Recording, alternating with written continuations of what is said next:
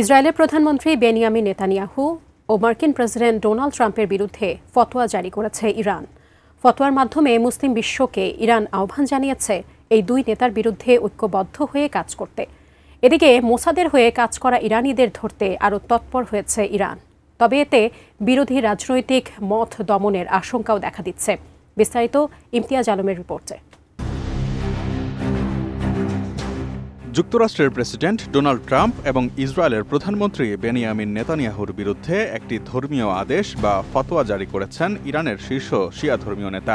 ৩০ June সোমবার বিভিন্ন আন্তর্জাতিক গণমাধ্যমের প্রতিবেদন থেকে জানা যায়, এই ফতোয়ায় তিনি ট্রাম্প ও নেতানিয়াহুকে ঈশ্বরের শত্রু বলে উল্লেখ করেছেন।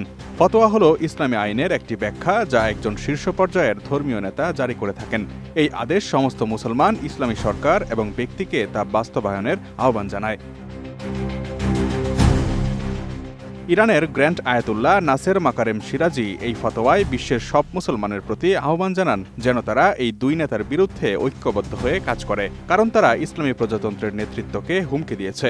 মাকারেম তার ফতোয়ায় বলেন, যে ব্যক্তি বা শাসক ইসলামের নেতা বা শীর্ষ ধর্মীয় ব্যক্তিত্বকে হুমকি দেয় সে যুদ্ধপিপাসু বা সৃষ্টিকর্তার বিরুদ্ধে যুদ্ধে লিপ্ত ব্যক্তি হিসেবে বিবেচিত হবে।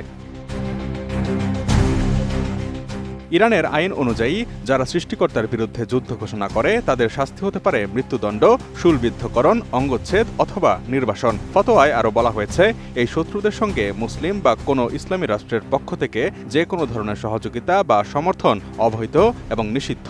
সকল মুসলমানের উচিত এই শত্রুদের কথাবার্তা ও কাজের জন্য তাদেরকে অনুতপ্ত করা। এছাড়াও ফতোয়াতে আরও বলা হয়েছে, যদি কোনো মুসলমান তার ধর্মীয় দায়িত্ব পালনের পথে ক্ষতি বা কষ্টের সম্মুখীন হয় তাহলে সে সৃষ্টিকর্তার রাস্তায় সংগ্রামরত একজন যোদ্ধার পুরস্কার লাভ করবে ইনশাল্লাহ।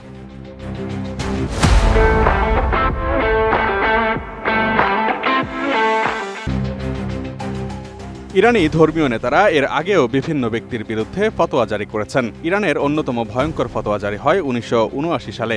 লেখক সালমান রুশদির শয়তানি আয়াত বা স্যাটানিক ভার্সেস উপন্যাস প্রকাশের পর তার বিরুদ্ধে মৃত্যুদণ্ডের ফতোয়া জারি করা হয়।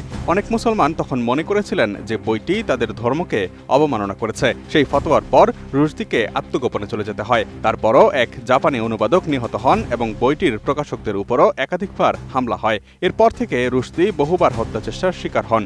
২০২৩ সালে মার্কিন যুক্তরাষ্ট্রের নিউ ইয়র্কে এক ছুরিকাঘাতে তিনি একটি চোখ হারান। এদিকে ইসরায়েলি হামলার পর হন্যে হয়ে ঘরের শত্রুদের খুঁজছে ইরান। সম্প্রতি ইরানি কর্মকর্তারা একাধিক প্রমাণের সাপেক্ষে দাবি করেছেন, ইসরায়েলের বিদেশি গোয়েন্দা সংস্থা মোসাদকে ইরানের ভেতর থেকে সহায়তা করা হয়েছে। ইরান কর্তৃপক্ষ ইতোমধ্যেই শত শত মানুষকে আটক করেছে এবং সরকার অভিযুক্ত সেই গুপ্তচরদের বিচারের কাজ দ্রুত শেষ করছে বা মৃত্যুদণ্ডও কার্যকর করছে। পাশাপাশি গুপ্তচর বৃত্তির অভিযোগে মৃত্যুদণ্ডের ব্যবহার বাড়ানোর জন্য একটি আইনও দ্রুত পাশ করা হচ্ছে। এত বড় পরিসরে আটক অভিযানের কারণে ইরানে অনেকেই আশঙ্কা করছেন এটি রাজনৈতিক বিরোধীদের দমন করতে সরকারের আরেকটি দমনমূলক অভিযানে পরিণত হতে পারে, কারণ ভিন্নমত দমন করার দীর্ঘ ইতিহাস রয়েছে ইরানের বর্তমান সরকারের। Imtiaz Alam, desk report, ATN news.